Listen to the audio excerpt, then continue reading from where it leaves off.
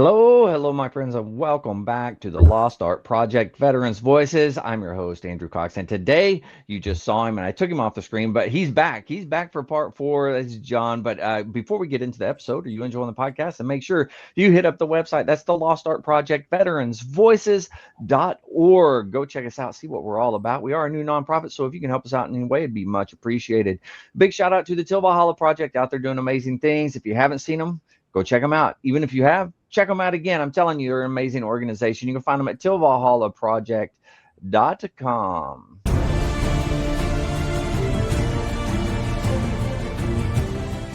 Are you a Marine veteran? Are you missing that bond you had on active duty? Then I have a place for you. Join the only congressionally chartered Marine Corps Veteran Service Organization, the Marine Corps League. Get that brother and sisterhood back in your life. Become one of the fewer, the prouder, a Marine Corps League member.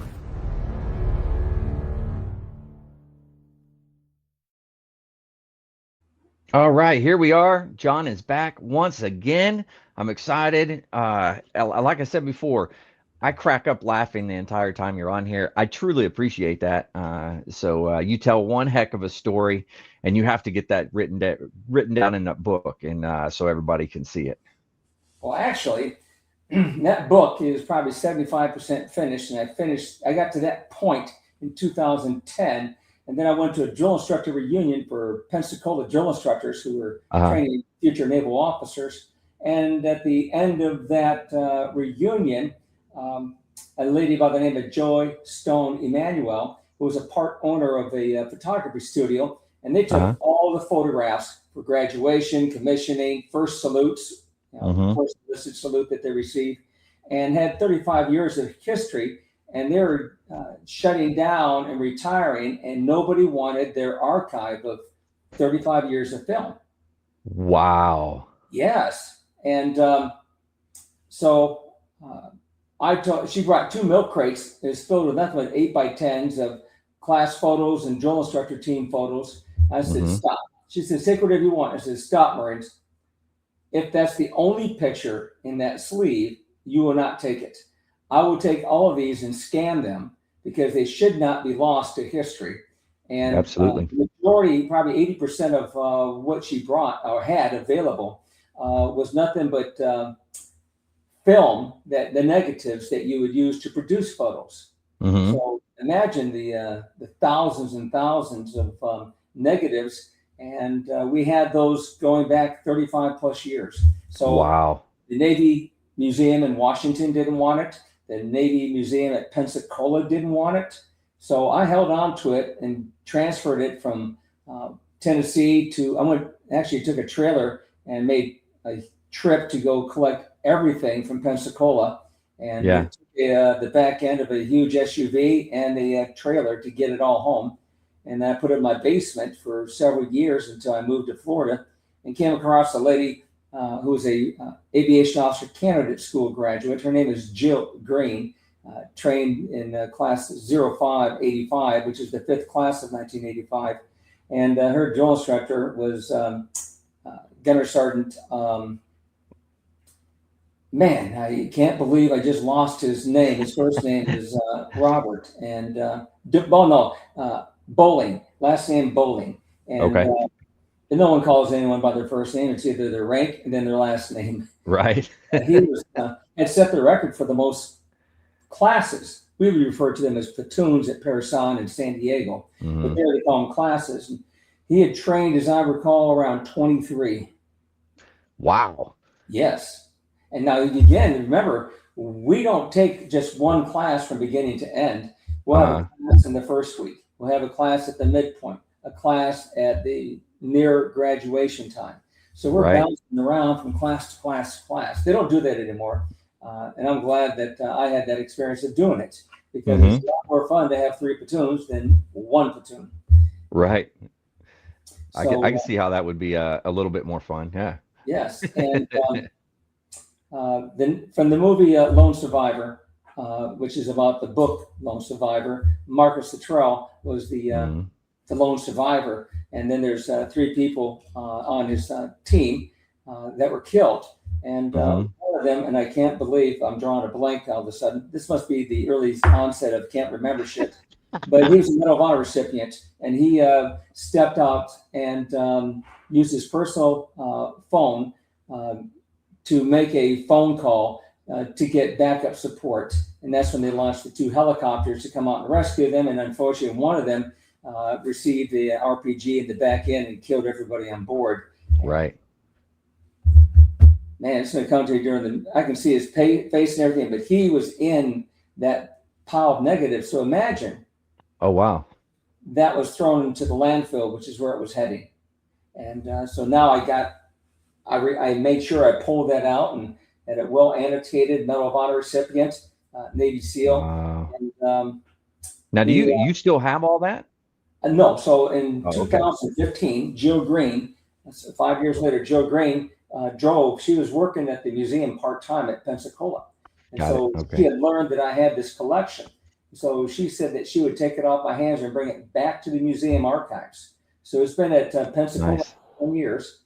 And I gave them a lot of drill instructor memorabilia to someday create a display for the drill instructor experience at Pensacola. And but yes, I made sure this one is so important. It's a Medal of Honor recipient. Right. Man, that's really cool. And it's so important, to keep those things. And there's so many people out there that they don't know what to do with stuff, right? So if I'm a kid and my dad passes away or whatever, and I have all of this stuff, and I'm like, it's too much stuff. I don't know what to do with all this. There are places you can take it, and they'll take it and they'll archive it, or they'll put it in a museum or whatever. The Marine Corps History Division, you can send anything to them, and for the most part, they're going to take it and they're going to archive it. And then a lot of times they'll take those items and put it in the museum up there at Quantico as well. And I just remember his name, Lieutenant Michael P. Murphy. Murphy, that's right. Yeah. And they actually made a movie about him. And yeah, that's his name. So, hey, picking up where we left off last week, I had told some of the fatigue stories, how fatigued drill instructors get when you're putting out 100% the entire time with virtually an average of 4 hours of sleep every day. If you're lucky, you get 5.5. And so I remember I actually wrote an article on LinkedIn about a week ago. And I titled the article, let me see here. I hate to misquote anything because I had done like 1,000 investigations as a first sergeant. So geez. I'm really hardwired about being accurate. Right. When you are required to be an indelible example of perfection. Ooh. All the time. And I said, very few professions demand perfection every single day in every action without exception. Surgeons, pilots, healthcare workers, dentists, special forces operators, they live in that world. Yeah. Marine Corps drill instructors live there too. The difference? I would agree. We are judged 24/7. Yeah. On duty, off duty, in uniform, out of uniform. The standard never relaxes. Many would call that unfair. The Marine Corps would say otherwise because the mission is too important for anything less. And you and I know many a drill instructor that was voided, which means they lost their reputation, they lost their ability to say they were a drill instructor. They voided. They lost that attachment to that experience. Yeah, of course, had a demotion and loss of rank and loss of money. Yeah, that's always a tough one, the loss of money. I thought it happened to me a few times, but it didn't. Yeah, well, I think we've all had moments. Maybe some worse off than others, but luckily I had some good leaders to slap me around a little bit and tell me what to do. So one of the things I said there about the fatigue factor is we all of us drill instructors worked 14 to 17 hours a day, 6 days a week. On the rare Sunday, we only worked 9 hours, 13 weeks on, a few days off, and then right back into the fire. Sometimes a new platoon would arrive before the old one graduated, 26 straight weeks without a break. I did that about 2 times on my first tour. Yeah. That's horrible. I had a third phase platoon and a forming platoon in the same building on different floors. And so Oh my God. the Wow. advantage that actually brought is I took my locked on hardcore about to graduate Marines, and I had them come down there and teach them by demonstration of command presence, how you execute orders, how Yeah. you give orders to make them strong. So a lot of drill instructors didn't like the idea of working the extra hours and have the stress, but I looked at it as make it work for me. And that Yeah, is absolutely. because otherwise the recruits think that what you're asking of them is an impossible achievement. The Yeah. manner in which you communicate, give orders, when you have assigned squad leaders and guides and fire team leaders, the whole works. I went all the way down to fire team leaders, break them down into 4-man fire teams within the Oh yeah. squad. So they don't have a chance to keep practicing leadership and see who's bouncing around on the ladder of success. Hmm. But getting back to what I had wrote there, all right, so uniforms had to be flawless, no wrinkles, no stains, no Irish pendants, shoes spit shine to a mirror finish. Most DIs wore black plastic shoes. I wore the old school leather shoes because standards matter even when no one else cares. It only took an extra 10 minutes to spit shine each set. I do this 5 days a week for my job at Advent Health currently. We changed uniforms multiple times a day. You wake them up, you're in the Charlie uniform. And then after breakfast, you're changing over for PT. And then after PT, you're getting them showered, and everybody goes into utilities because you might be going out to Leatherneck Square to practice hand-to-hand combat or something. And then back to Charlie's for closer to drill in the afternoon, always on display, always being evaluated by officers, by peers, and yes, by the recruits. The weight that you do not see. You never slouch. You never lean. You never show fatigue. You never appear unsure, unprepared, or uncommitted. Your voice would carry across 75 recruits, sometimes 300 recruits without a microphone. Your bearing must be unbreakable. Your presence must fill the squad day the moment you step inside. But this is the part that's important. The moment you step out of sight, exiting the squad bay, it feels like 100 pounds lands on your shoulders. Your stride shortens. Your body begs for rest. You savor 10 seconds of relief before grabbing the next door handle and stepping back into the role. And what I miss most is the pressure. I miss the peers who refuse to accept good enough. I miss the environment where everyone pushed harder, aimed higher, and held themselves to a standard most people will never experience. There were no easy days. There was no relaxing of expectations. There is only the relentless pursuit of excellence for yourself and for the recruits who would one day wear the title of Marine. And that kind of culture changes you, and if you're lucky, it never leaves you. Yeah. But a lot of people only see the glamorous things about the brochure of, hey, you want to be a drill instructor? And Oh yeah. There's a lot of work that goes behind it. That's for sure. so back to the one day I was exhausted, man. We were probably in that platoon. This is my second tour. I was a senior drill instructor, and so it was not my duty night. So I went home. I probably arrived home at 21:30, grabbed some leftover food. Who wants to eat it? Just before going to bed. And so I ate my food, prepared my uniform, laid it all out, had everything ready to go, like a fireman ready to respond to a fire. Set my 2 alarm clocks. Always have a mechanical wind-up in case the electric one failed because there's a power outage. Marines must always be prepared for the worst-case scenario. Set the alarm. Of course, I showered, hit the rack. I'm sleeping. And I was probably hitting the rack around 22:30. 10:30 p.m., you civilians. And Reveille was probably going to go at 4:30 in the morning for me to have my ass there at 5 o'clock. And so the alarm goes off. I go, fuck. I am so tired. I don't even feel rested. But you don't hit the snooze ever as a drill instructor or as a Marine because that just creates bad habits. Got up, went to the kitchen, and started eating my cereal. I had no appetite whatsoever. Yeah. Shaved a real quick shave, brushed the teeth, put the uniform on, headed out the door. I'm driving on to base. I cross over the Paris Island Causeway, and Mhm. now I'm on Horse Island. And then from there, there's a clear line of sight to the back side of the barracks that face the marsh. And my Okay. barracks did.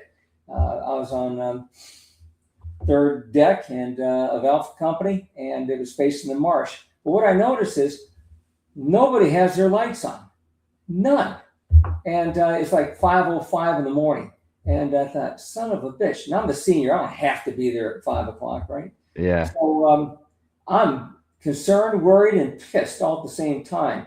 I pull into the parking lot about 5:09, and I go upstairs, enter the squad bay, flip the freaking lights on. Get online now. 5, 4, 3, 2, 1. You're done. Count off. I went in there and I entered the freaking hatch to the drill instructor's office. Sergeant Vince Edwards was sleeping, right? He was looking up at me, and I said, "What in the fuck are you doing in the rack?" He said, "Sleeping." I said, "This time in the morning?" And he picks up the alarm clock. He said, "Yes." I said, "What do you mean, yes? What time does Reveille go?" He says, "At 0500. And I said, "And what time is it?" He says, "Something like 23:10. I'd only been home for maybe half an hour sleeping, if that long. And as soon as I laid down, I thought I had my insufficient rest, got dressed. No wonder I wasn't hungry. I just ate a fucking meal within the hour. And now I'm wired, man. My pressure's up high, my blood pressure, my heart rate's going marathon race. And how am I going to calm down from this shit?" So I walked back out there. I says, "Get in the fucking rack now." Turn the lights off. And I told Sergeant Vince Edwards, "Hey, I'm sorry, man. I'm just so exhausted. I must have dreamt the alarm went off." He didn't want to forgive me. And he was an awesome drill instructor. I'd love to meet up with him again. I've been trying to find him since 1991. And so yes, and I got to drive home, take my uniform off, try to get in the rack, and I'm still heart racing like I'm in a marathon.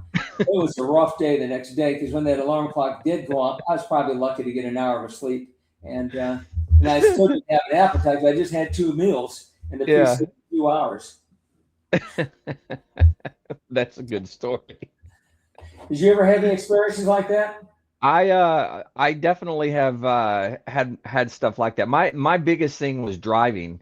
I thank God I was in California, and they have, when you cross into another lane, it has a little braille. I drove by braille a lot of the time. I don't know how I made it. I did get pulled over once, and the guy said, the cop, he walks up to the front, and I roll down the window, and he's like, "You a drill instructor?" I'm like, "Yeah." And he's like, "Okay, that makes sense. Here, just follow me and I'll get you there." So I followed him to the front gate. And if it wasn't for that, I probably wouldn't have made it. But yeah, that was probably the toughest things for me was driving. So I'll jump to my third tour, tell you a story about a sobriety test with the law enforcement.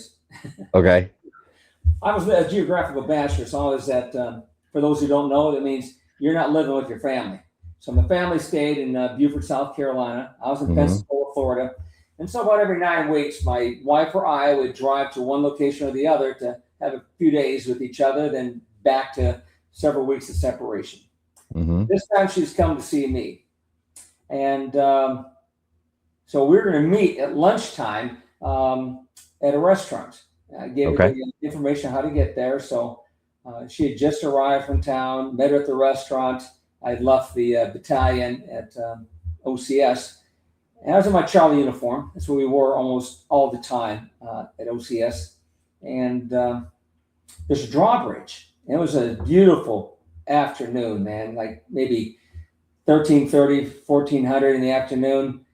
And I'm so tired because of the hours that I put in, even there. And so the drawbridge is up. Man, this is going to be 7-8 minutes. I look over there on the opposing side, and there's a cop issuing somebody a ticket. Right.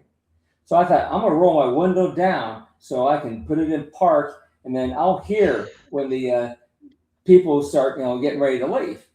Well, that's not what I heard. What I heard was after a good nap, longer than necessary, because the drawbridge had been down for who knows how long, and cars started honking. The cop quit doing what he was doing and came over to deal with this drunk Marine, right? And just sleep deprived is what he is. And so he takes his baton and he raps on the open window. There's only half down.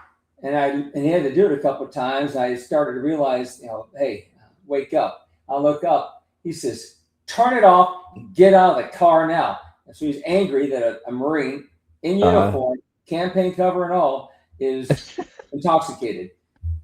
Is his first impression. I get out, give him my driver's license. I told them I'm only sleep deprived. Now I understand that can be as dangerous as drunk driving, but when there's no forward motion and I'm sitting here forever and a beautiful day, I went ahead and rolled the windows down so I could hear activity when the bridge is starting to lower again. Apparently, I didn't hear anything. So I had to walk the line and stand on one foot and touch my nose and shit, which is embarrassing, not so much for me, but for the Marine Corps. I would hate for anyone to think that a Marine is intoxicated driving. And but man. I would fall asleep everywhere I went. If we went out to dinner, like there's one night the wife is like, well, let's go to dinner with our friends. So we get there. I ordered my food and I just passed out. I was out. We went to an Anaheim's Ducks game. Yeah. And I didn't watch any of the game. I was sleeping the whole time. My wife and daughter presently, in fact, my wife sent me a text yesterday, says, April 17th, pay for a nap. Well, it's a movie to go watch, and that I'll fall asleep in the movie theater, especially now that you have these reclining seats that you get really. Oh yeah. And so they always a contest who's going to stay awake the longest, and the daughter, she's looking at both of us to see which one of us is it that fell asleep at the theater.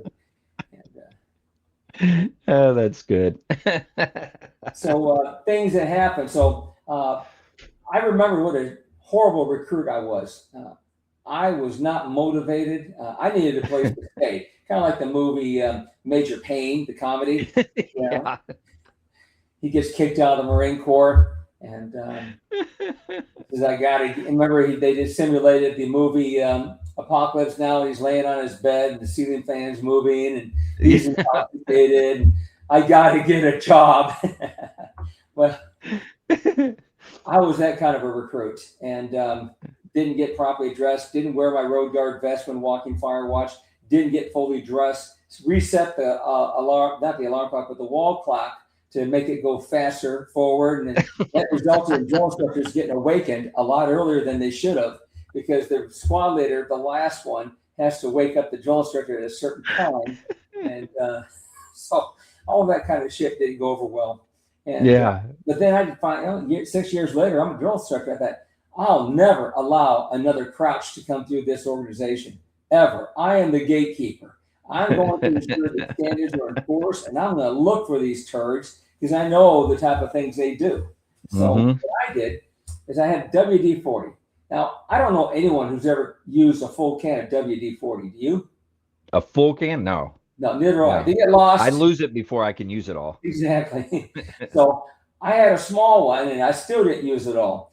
And what I would do is, on my night at duty, which is every fourth night, three hat team is every third night, 4-hat team every fourth night. And I would go out there and I would spray the hinges to the drill instructor's office, which has a private entry exit. And then I would go to the back of the squad bay and I would spray those hinges and the latch mechanism so it had a fresh coat of oil.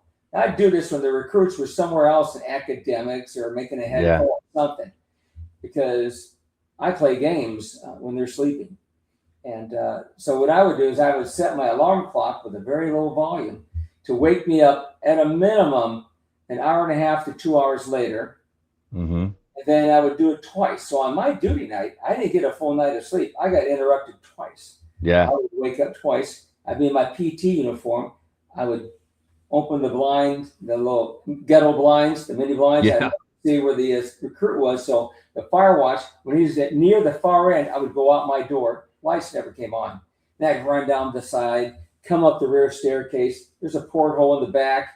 I would step off the side, just use my eyeball, one of them, to look to see where is he. I'd wait till he was at the final 10 steps of walking to the farthest end near the drill instructor's office. Yeah. And that's when I would open the hatch. I would let it come back in lightly without latching noise. And then I would take 4 big strides to the left and stand behind a concrete pillar. We call them stanchions. Right. And I'd stand there and wait, motionless. And I'd watch, and I'd wait for the recruit to go right past me. I mean, I'd only have to take 2 steps to touch the idiot, maybe 3 steps. And then he would turn around in a daze, go marching toward the other end. And when he was at his final maybe 6 to 10 steps, when he did his turnaround and he got parallel to me, and then I'd wait for him to take about 4 or 5 steps, and then I would come out, and I'd take longer steps. I'm in tennis shoes. I would leap. Now, I'm not a big man. Back on my first tour, I was only 137 pounds, right? Yeah. And I'd leap, and I'd make a loud roar, and I'd go, ah! And of course, at the time that I was touching them is when that roar would come out, right?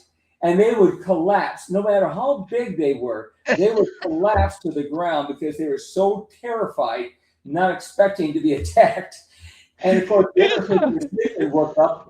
And I would say, you're dead, and they're all dead because you didn't do your freaking job being alert. What is your 11th general order of a century, right? Especially in the early phase of recruit training. They can't fucking remember under stress. Yeah. To walk by post in the military manner and be especially watchful at night, and to challenge all things on or near my post and to allow no one to pass without proper authority, I think is it. I haven't thought about this in decades, but that's probably pretty close, is it not?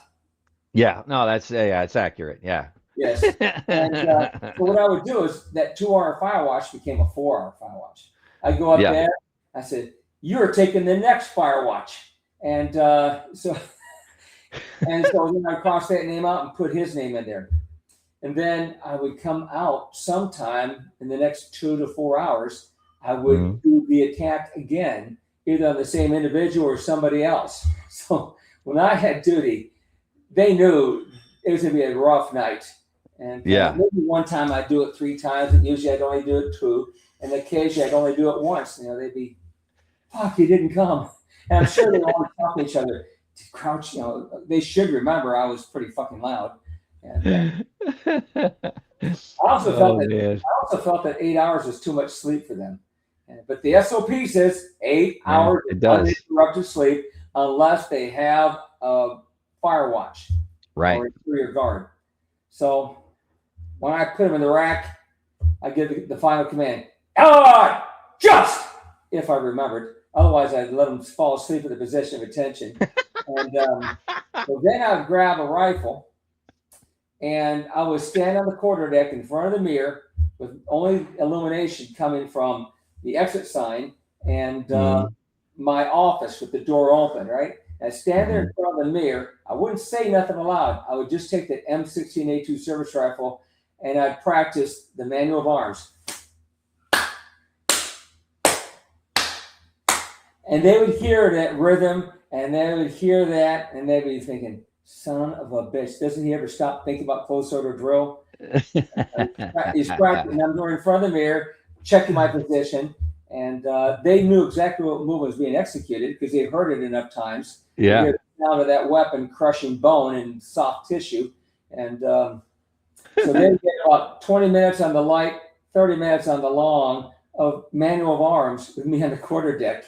And so that's pretty good. It is. Anything to make their experience memorable. And I've always said, when I meet a Marine or a naval officer, Marine Corps trained, I'd say, who was your drill instructor? If they can't recite that name without hesitation, I'd say, you must have been weak. I cannot imagine any recruit or any officer candidate not remembering their drill instructor unless they were weak and didn't put the fear of God in them and didn't give them memorable stories to tell for the rest of their life. Yeah, that's true. You have to have some memorable stories about boot camp. I think it's a rite of passage. It's important. But what do they say in some of those other softer branches of the service? I won't pick on anybody in particular, but I'm thinking, I remember this one time we went to chow hall and they didn't have any forks. It's horrible. If you remember me in the first episode we did, I talked about how I love spaghetti and being broke as a young Marine, waited in line 40 damn minutes for spaghetti with buttered noodles. And I thought, of course everybody butters the noodles. What's the big story here? And then find out that's all I was getting for a sauce was buttered noodles. There was no red meat sauce at all. Oh, that's funny. Yeah, Yeah. that sounds right. You got to enjoy it. Yeah, you do. Hit that up there. So setting the example, that's what we do as drill instructors, right? And so I had the big brass duty buckle. I didn't believe in anodized brass. I only wore anodized brass during my first 10 years when I was a general's driver for a year and a half. Mm-hmm. That was the only time. And I went back to polished brass every day. So the big, huge duty buckle with the Marine Corps emblem on it, I had brass, and I would polish that thing up every day. And that's what I wore. And I wore spit shine shoes and spit shine boots because I thought they should have an indelible example to remember what's feasible. Mm-hmm. Not enough time to eat. How good's your memory? How long do the recruits get to eat? Mandatory minimum. Yeah, correct me if I'm wrong. It's like 20 or 30 minutes total. 20, yeah. Minutes. And minimum. You can feed them longer if you want, but 20 minutes is the longest. What I would do is I told my recruits, I said, guide and squad leaders are the last recruits through the line. When the guide sits down, you better be paying attention because you already had a couple minutes to eat before the guide got there. Because during my time at Paris Island, they wouldn't let you hold up food consumption until the last recruit was at the table. And that was something that we did at Navy OCS, that when the very last officer candidate was at the table, then they would go through a set of commands to sit and then eat. And we'll get into that later. Oh, okay. Later on. But at Paris that's Island, definitely different. Yeah, Paris Island, and they get their food, they can sit down, start feeding their damn face. And so I said, when the guide sits, that's when the clock's starting. And you got 20 minutes there until he stands up. And when the guide is done, you're done. And when the guide is done, I'm done. I'm not going to take advantage of my position of authority and take as long as I want. I will demonstrate to you that we all can subsist on the eating habits of our guide. Well, I had one particular guide who was just like the cone heads. They just suck up an entire plate of food, and then he's gone. If you ever saw the movie Coneheads, Dan Aykroyd. So his name was Ross. Recruit Ross was my guide, and man, I started hating him becoming the guide because that guy could sit down and inhale his food in about 5.5 minutes, and me, I'm not right behind him. After I inspect his tray, I have to go get a damn tray, get through the line, although I'm not behind any damn recruits, but he already had a 1.5-minute head start on me. And then he's standing up and go, that motherfucker. And so I take my tray, still has food that I wish I could be eating, and go return it as well. And I would love to have a reunion with that platoon and hear what their thoughts were, and especially the guy Ross and how much pleasure he took in making me malnutritioned and hungry and angry and weak. Oh man, we did. That's pretty good. Did they do conditioning marches? Excuse me, every week. Okay, good. So because there are some slight differences between the East Coast, West Coast, and the years that you were on the drill field. What were your years again? I forgot. Was it 2009 is when I went there, I think. I have to look. It's been a while since I've looked at that. But I think the first march that they do at the end of the first training week is 8 miler, and then from there they start working up. And so I remember I'd been a drill instructor for, I don't know, at that time probably 3 cycles or 3 platoons, and I looked at the train schedule, and I knew which march it was going to be. I knew what the starting point was. I knew what the ending point was. And so I like to do superhuman feats that the recruits like, oh my God, how can he do that? Just that indelible inspiration of awesomeness. And it was never by cheating, not bubble wrap inside my backpack and crap like that. Yeah. So I had this, and what I did is I always had an empty pack. You could tell there's nothing in it. It's 100% empty. And I put my name on the back, and it said, DI-Sergeant Crouch. And so I picked a recruit at random. I said, Cox, get over here. So Cox would run up. He's not a squad leader. He's nobody special, just a damn fat and nasty recruit. Yeah. And he said, give me your pack. And I gave him my pack. I says, today you get the privilege of marching with my pack. And I said, you better not be a march drop, or I will torture you. And I put his pack on. All the recruits know I'm carrying the same weight they are because the packs are packed at the same time by the drill instructor giving commands. And so as a drill instructor, you're always moving at twice the speed of the platoon. You're moving all the way up, moving all the way down, moving all the way up, moving all the way down, looking for corrections to be made.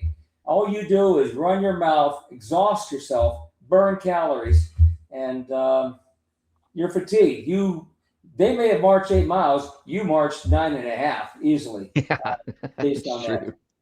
So we had march drops, right? And so, I'd grab a rifle. Right? I ended up on this one particular march.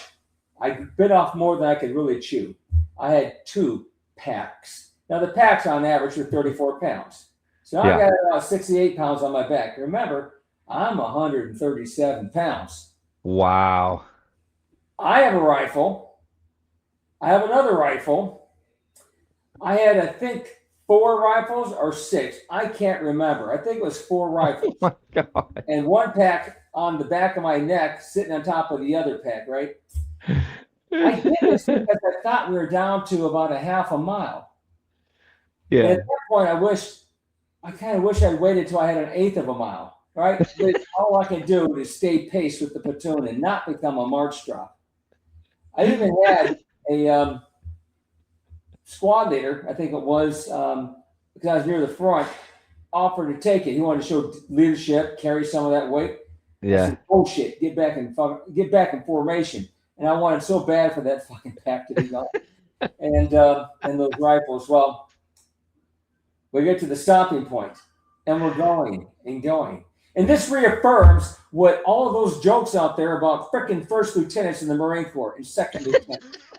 They don't have the ability to navigate. They don't know where the fuck they are and where the fuck they're going, or where they should be going. That son of a bitch was on 1 week in advance, another mile. I had to carry that extra weight a mile and a half. Oh God. I've done a lot of things in my career one time because the lesson was indelible. All right, you proved you can do it. Don't ever fucking do it again. And, oh my God. Yeah. Wow. So it was all over with.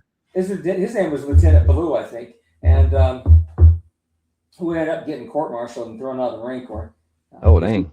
He wanted to be a drill instructor instead of a serious commander holding the chains of those war dogs called drill instructors. He's supposed to be the last defense for the SOP, and he was not. He wanted to be a drill instructor. He had the wrong rank, and he had the wrong mission at hand.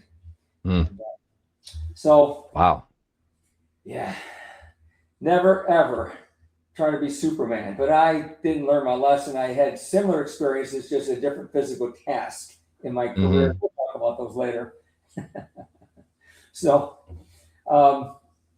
there's another drill instructor who's about the same size. His name was Sergeant Coker. And we were both about within a half inch of each other, 5 foot 7.5 inches. We were both about 140 pounds. He wore glasses and I did not. And we were in the same company, the same series. So we were both in follow series. So therefore, we saw each other at all training events. And, we went to field training unit where we spent 10 days practicing how to be infantry.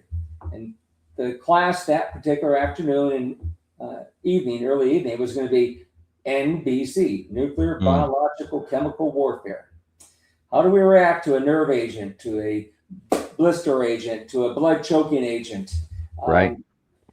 How do we deal with nuclear fallout, things of that nature? So we had the M17A gas mask, or maybe it was A1, I don't remember.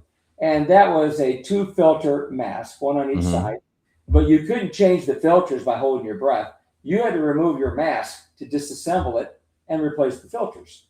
So you had to have another mask to put on just to do that in an actual combat scenario.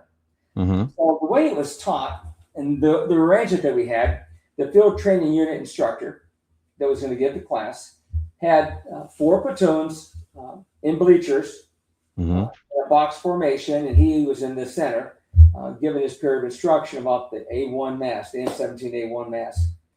Now, us drill instructors had in our possession smoke grenades, and we were supposed to be paying attention and listen, so that when he said, he'll start asking, "Are there any questions?" And then questions will get asked. And, "Are there any more questions?" Fine. There are no more questions. That was our key word. Us drill instructors wearing a mask come out there and pop smoke grenades, and the recruits are supposed to instantly stop breathing, close their eyes, pump their fist 3 times, gas, sorry, put their mask on first, and then do gas, gas, gas. And but Sergeant Coker got a hookup. So we're about 20 yards behind the bleachers. He says, "Sergeant Crouch, look what I got." He's holding up a small sandwich baggie. And it looked like it had 2 fingers height, sideways, a dime bag, they would say in the 1970s, of marijuana. Right? Yeah. And not that I would know, but I had friends who did. And but 2 sideways fingers, that's the vertical height on it. I said, and it's all white. I said, "What's that?" He says, "CS powder."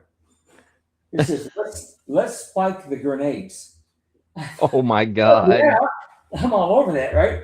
So we're back there about 40 yards back, and we got all these smoke grenades, probably 8 of them, right?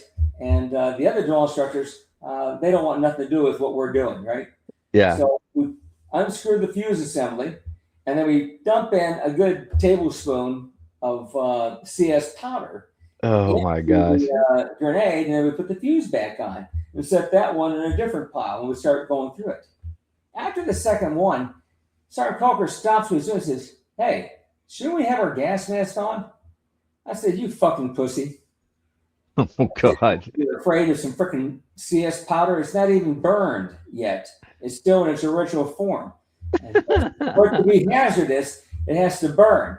Well, public service announcement, that's not true. So we resume our nefarious act of spiking these grenades illegally against the SOP. That would definitely qualify as maltreatment, teasing, physical abuse, definitely court-martial, lose your rank, jail time, and then kicked out of the Corps. But at the moment, it sounded like a good idea. Yeah. I'm not a religious man, although I was raised in the church for 18 years, and know all about forgiveness and prayer and whatnot. And all of a sudden, God says, "Oh, you want to mess with people, do you? And there's no danger?" He kicked up a 5 to 7 knot wind out of nowhere. A 0 wind day that we have not ever felt a breeze. All of a sudden, it comes up. And now the molecules of that CS powder that are so small that we can't see them with the naked eye just went up our nostrils and into our mouth. We are over there dying.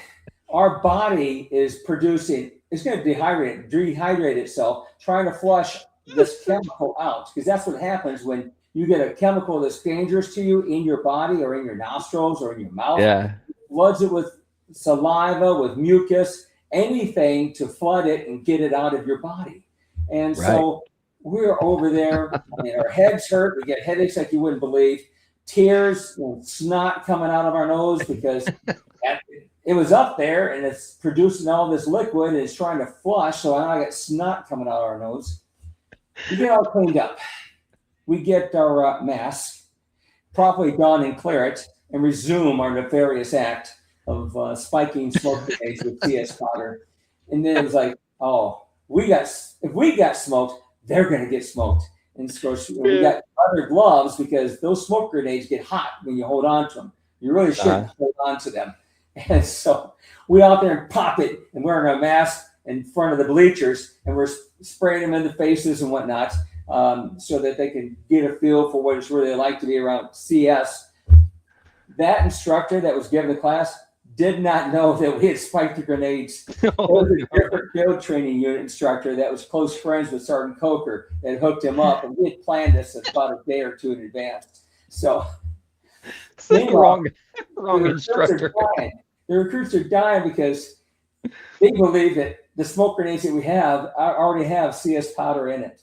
And so it was a good time, fun for all. It's an indelible memory. We'll tell it for the rest of our life. Oh man, that is good. Holy cow. So if you were to think about your fellow drill instructors, especially those who are at the same billet level, we used to call them the third hat, the seniors, the first drill instructor, the experienced drill instructor is the heavy, we called it. What did you guys call it? The heavy? J, I think is what they call it, like the junior, or J was what they would say. Then what they call the third person might be a brand new drill instructor. He's just number 3 in the team. Yeah, third. Yeah, that's what we do. Third hat, fourth hat, however many there were. Monster. Yeah. And so your peers, you always compete with each other, right? Who could be the loudest? Who could be the most perfect? Who has the best time management? Reveille went at the same time for everybody. Who's the first one in the chute for chow? Yeah. Who's the first one at some event? Everything was competition. And so I had better time management than Sergeant Coker. And him and I almost always are on the same night of duty together. So he told me at the evening senior drill instructor meeting, when the recruits are in the rack, drill instructors get together with the senior drill instructor. He gives out assignments for the next day, who's going to be doing what, driving the safety van, getting material, whatever, and what the uniform of the day will be. And so Coker says, tomorrow, you ain't beating us to chow. We are going to be the first platoon in chow, Sergeant Kraft. So I know we're going to do a green light reveille. Green light reveille means when the lights come on, they are already in uniform. All they have to do is count off, get their rifle, get their pack, make a head call, make their rack. Their rack should already be made, and they're heading out the door at about the 3 to 4 minute mark. So I seen them, and the lights go out, and the squad mate parallel to me, and at the rifle range. So not a big deal. He gets to be the winner today. I get there, and he's got 2 security watch with the packs and rifles, and then we park our shit right next to his platoon. We get in the chow hall. His pigs are already eating chow. We're in the line getting food. And then when we leave and go outside, I noticed where his platoon was. There's 2 packs and 2 rifles. Ain't nobody watching them. Oh, no. Yes. So what happened was, after morning chow, he told the 2 recruits that were going to medical to go to medical. Meanwhile, he didn't tell anybody to pick up their rifle and pack. So, that's bad. Instructor, you're supposed to do a rifle count and a recruit count every time you move and every time you arrive. And so he didn't do that well. I thought, this is too good to be true. So I had my squad leaders pick up the extra pack and rifles. And so then we marched across the street to it was grass week, so that's where they're learning the fundamentals and dry fire on barrels. So it's now about 8 o'clock in the morning, right? Now, I know from what my friends told me, San Diego depot inspectors travel in pairs of 2 in a vehicle, and that way they have a person who can confirm the allegations that were witnessed of misconduct, or failure to adhere to the SOP. But what I'd always heard from people is the depot inspectors are very easy at San Diego and were never really present in your life. And I've heard this from second tour drill instructors at Parris Island. What was your experience? I didn't ever have any issues. Like, I see them every now and again. I hardly ever saw anybody. Things are different at Parris Island, let me tell you. Yeah. The depot inspectors are required by policy to visit during their 8-hour shift or 12-hour shift every single platoon on the base. No Twice. kidding. Holy cow. Twice. They had binoculars that were issued to them. They had a white pickup truck. We all knew what it looked like. Yeah. So drill instructors, whether you followed baseball or not, became pretty good at hand and arm signals. So we're always watching and looking on the horizon, right? Yeah. Always looking. And all of a sudden we see a depot inspector vehicle, right? So we take our cover off and wipe our head and put our fingers to our eyes, trying to make eye contact with somebody else, and pull our head back on. And, really trying to get attention that so these other idiots who are doing things they shouldn't be doing can wise up real quick. Well, yeah. I've seen depot inspectors pull up and park. They're about 100 yards away. So I said to Sergeant Coker, I said, hey, you got all your rifles? Depot inspector's here. He says, yeah. I said, you sure? Yeah. I would suggest you make a physical count. The depot inspectors will probably be walking over here any moment. You know something I don't? I said, I think you should check your fucking rifle count. I just checked mine. I know I got all mine. He checks it. He says, fuck, I'm missing 2 rifles. I said, I haven't, dumb shit. I didn't report you.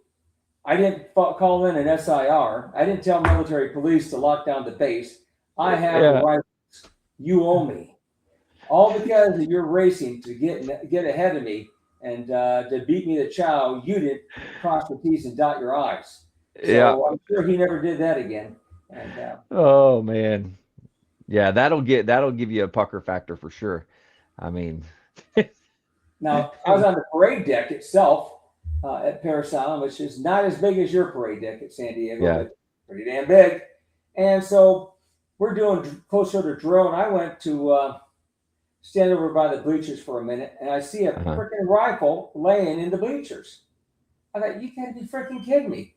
Thankfully, there was a name on the bottom of it, but we didn't have cell phones back then. Yeah. And son of a bitch. So I could tell it was like a 2nd battalion because it starts with a 2. And so I find out who's got that particular platoon. And so I get a hold of the drill instructor. Says, hey, you missing a rifle? He says, should I be? I says, I think you are. And why don't you go find out who's missing a freaking rifle? So he comes back to the phone, panicked, right? You think that he just witnessed a murder, his own. His own murder. And I said, you have to come to me to get this freaking rifle. I said, you're lucky that I protect drill instructors and I don't let you get fired and your career ruined with an adverse fit rep. And wow. And rifle. Eternally grateful, but not really, because you'd think I'd get a Father's Day card every year, but I don't. I don't even know who he is. I couldn't remember him to save my life. Oh man, that's good. Just to be able to, when you catch somebody in a situation like that, to see their reactions and how they just kind of go pale. Yes. Like, oh no. So my very first platoon was platoon 1026, 1987, and they were at that point in the beginning of the 3rd week of training, as I recall. Okay. So as a new drill instructor, everything's intimidating to you, even though you've been through the school. Just the speed and pace of verbal commands and everybody's movement and trying not to be in the way and get run over by recruits, all that kind of stuff. Yeah. Well, one day I had to go do something somewhere. Excuse me. I came back and I entered through the head to get through the building to the backside. And I walked onto the quarterdeck and I seen this trash can upside down, trash everywhere. And I seen the recruits in the squad bay, and they were freaking exhausted. You could tell that hell had been here and left in a hurry. So one drill instructor is inside the office. The senior drill instructor is not present at all. And the other drill instructor, he's down there hazing and harassing the recruits. I removed this can to flip it over, right? And there's a semi-conscious recruit. So he had PT'd a recruit to death. had him sit in a sitting position, took a trash can that had garbage in it and dumped it on top of him and left the can on top of him. And Yeah. now, exhausted as he is, he's oxygen deprived because he's got a can on top of him. The heat factor, he's overheating. And I'd seen this, and so I did can, and he just slumps over. He's not conscious. He's semi-conscious at best. I said, drill instructor. I yelled at him, whatever his name was, Sergeant Padilla, or Sergeant Kenneth. So yeah, it was either Sergeant Kenneth or Sergeant Padilla, and probably Sergeant Padilla and Kenneth was in the office. And so I said, help me now, right? So instead of calling an ambulance like we're supposed to and file an SIR to cause an investigation to see the end of 4 careers, and me, the innocent guy, no one's going to want to work with me either, right? Because I'm the one that called it in. I grabbed this recruit, and we drag him into the shower, cold water only. We get a stand-up, huge 48-inch fan, and we're blowing it on him, soaking wet, to try and cool off the body, hydrate him, and bring him back to life. Yeah, we don't know what his core temperature was. None of us had a rectal thermometer, and none of us were willing to use the finger test. And he feels hot to me. So he survived, became a Marine. I don't remember his name. And if there's ever a platoon that you don't ever want to meet the recruits, it's your first platoon. Do you feel that way? Yeah. Oh, yeah. Because you're weak. You didn't know what the hell you were doing. Yeah, absolutely. Yeah. I definitely didn't learn. It was bad. So I only ran into one ever. I was the first sergeant, 20 years in the Corps, and he was at Quantico. He was a gunner sergeant. And he says, you don't remember me, do you? I said, were you one of my recruits? He says, yes. I said, what platoon? He said, 1026. I said, shit. I was hoping I'd never come across any of you guys. No drill instructor is proud of their first platoon's achievements because they're learning the ropes. Just like you're learning to be a Marine, we're learning how to be an effective, intense drill instructor. And I was not. I remember probably my 3rd week on the job, I said, I walked into the squad bay, and they just gotten back from chow and made a head call, right? So now they're online waiting for the next period, the next instructions from me. I'm by myself. I says, today we're stressing buttons. And I went through and I was checking all their buttons to make sure they're all buttoned. Now, think about that from an experienced drill instructor. What kind of weak, nasty shit is that? But I was naive. I was John Boy Walton from the Waltons TV show. I was as naive as they could be, and trying to learn how to be hard. Did not have any cred.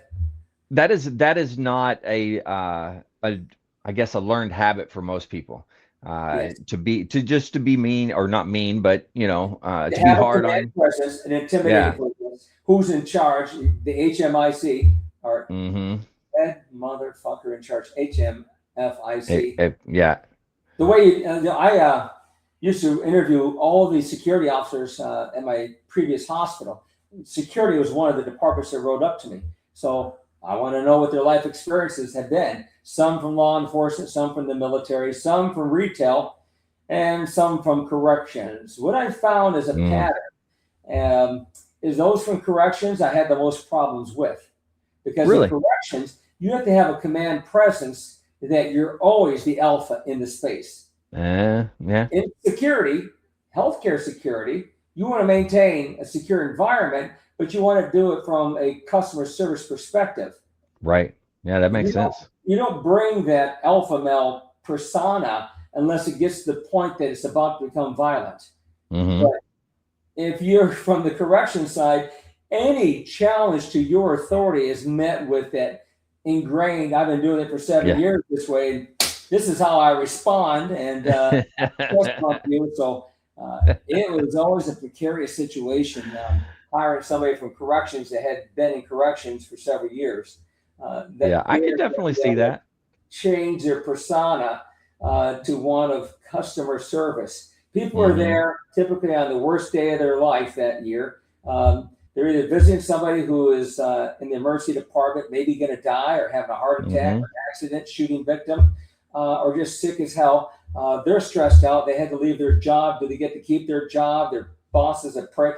So they're having the worst day they can have coming to the hospital for anything. And even if they're not a patient, why they're there is, again, a bad reason to be there. So it's important in healthcare to make sure that you've got a customer service persona that no matter how bad their day is, no matter how bad your personal day is, your personal life is, that can't come to the head and be part of the conversation. You've got to be aware that I'm an actor, and my act right now is customer service, subject matter expert in security. If I need to, I can become violent to save and protect others, but that's the absolute last resort. Yeah. Not step number 2. True. So, that's good. Step number 2. So I told you about And by the way, so remember I told last week, Recruit Stone, the hillbilly looking recruit, that I called an ambulance for him because he had a fart. I didn't know he had a fart. So talk about the harassment from my drill instructor. So I already told you at the series gunner sergeant was angry, spitting venom, head blowing up, veins popping out of his neck, spittle, eyes I thought were going to pop off his sockets. I left his office, so I still only had one counseling. It was the first one. He wouldn't let the first one go. Of course. And, so fast forward, all I hear for the next few weeks, hey, Sergeant Crouch, I got a recruit that has gas pains. What's the number to the base medical? Hey, Sergeant Crouch, I heard you're pretty sweet on the recruits. I said, you're lucky you're not on my team. I'd fire your ass. Just constant harassment because I called in an ambulance for a recruit. Officers didn't have any love for me because not only did I always cause them stress and anxiety when I was on duty, they still remember the embarrassment that 1st Battalion Bravo Company had when they had an SIR go all the way up to the general. And it was for a recruit that had gas. And that's pretty good, though. So fast forward, he gets injured. And as I recall, it was the confidence course where you had the run, jump, and swing obstacle. You run up a slight incline. There's a gap that you have to clear. A rope is in the middle. You grab that huge rope, and then you swing to the opposite side, let go, and continue your forward assault. He missed the rope. So apparently he's vision impaired.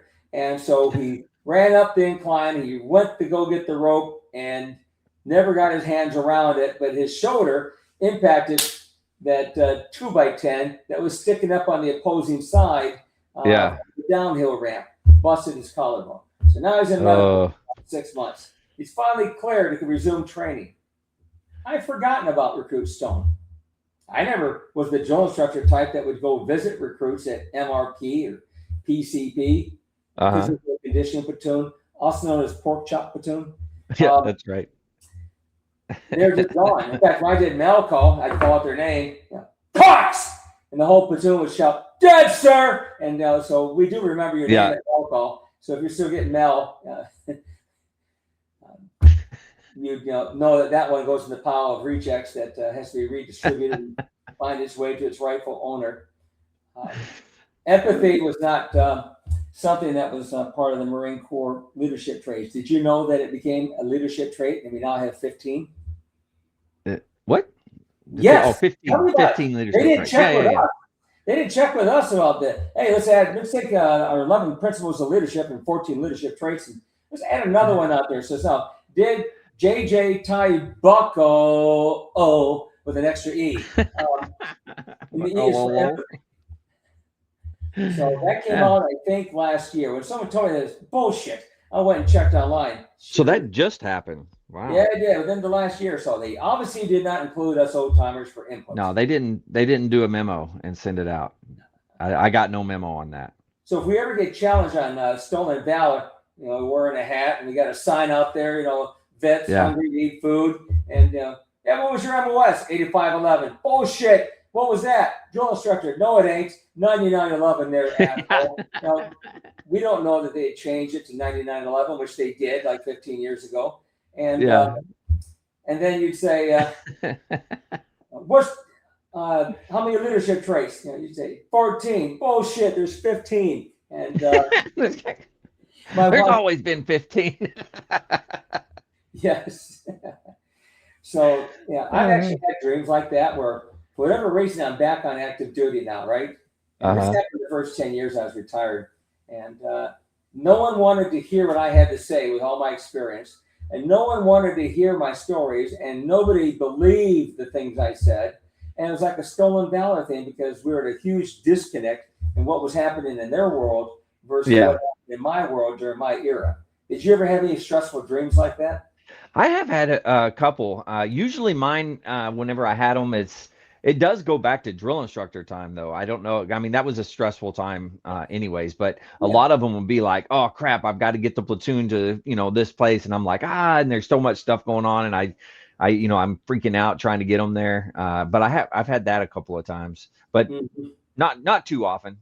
Every now and again. I have other dreams. I probably had 7 to 10 of those dreams in my entire first decade, but I haven't had any since. So apparently, talking all the time lets it get out of my system. Yeah. So one day it's I got a platoon. This is probably my second platoon, actually third platoon, because the second platoon I got fired from after 2 weeks for false allegations. And then I reclassed up with platoon 1050 and with Sergeant Dorsey Roberts and Sergeant Yates. And so I got the platoon by myself. It's lunchtime. Coming out of the chow hall, it's a light drizzle rain. Not a downpour, just a light drizzle. I thought, we're only marching 250 yards. No sense putting out a poncho, right? So follow word. March! Stop! I don't care if it is raining. You don't tilt your head downward. You're not civilians anymore. You're Marine recruits. You have a 1,000-mile stare, and you will take the pain of those little tiny pellets of rain that hit your face, and you will not move. You are United States Marine recruits trying to become Marines. Get back, right? So we went back and forth as dumb drill instructors. I was one of them. We get stuck in the zone. We now have blinders on. We have no peripheral vision. We have no situational awareness, right? So I might get 25, 40 yards and then stop, and then they can run back and do it again because somebody freaking moved their head and winced down, and it's starting to pick up the rain a little bit.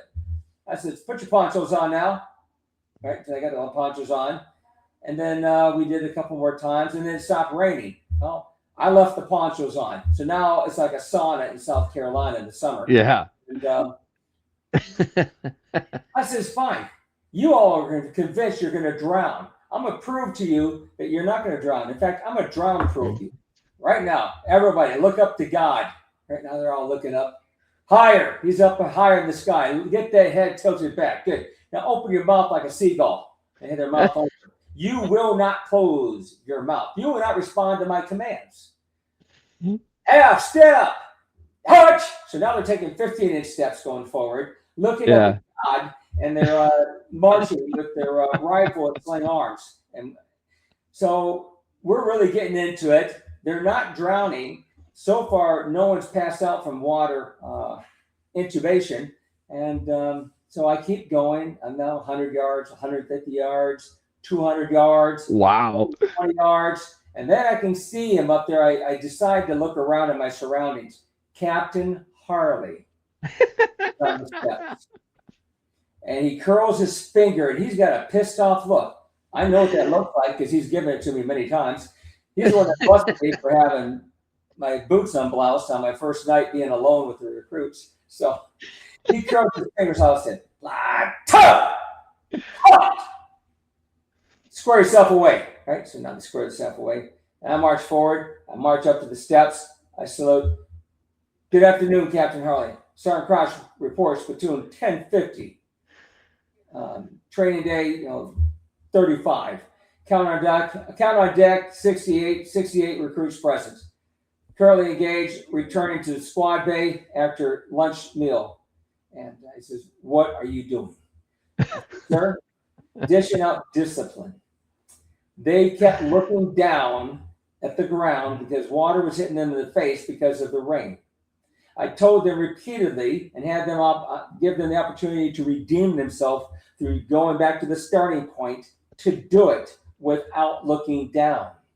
But yet, after multiple attempts, they kept looking down. So therefore, I proved to them they would not drown. He said, "I'm convinced the lesson has been taught. Don't ever do this again." Right, sir? So that was the only time I attempted to drown a platoon in the afternoon rain at Paris Island. Oh man, that's I priceless. I love it. That is good. You you've come up with some very inventive things. I like it. So I had a recruit, Boris, Bores, and that was Okay. platoon 1075. And we were at third phase, so we left the rifle range. We're now at field training unit. Mhm. The event was the gas chamber. They just got done going through the gas chamber. Mhm. And now we have them outside the gas chamber with their masks on and running in place. And, Okay. actually, it was before the gas chamber. So it's before they go in the gas chamber. They demonstrate they can exercise with their equipment on and whatnot. All right. So recruit Boris, he did not want to raise his knees up high enough because, let's face it, your legs are tired in recruit training, whether you're a drill instructor or a recruit. And a high run in place, he did not want to do. Mhm. Well, mark time is what he was doing.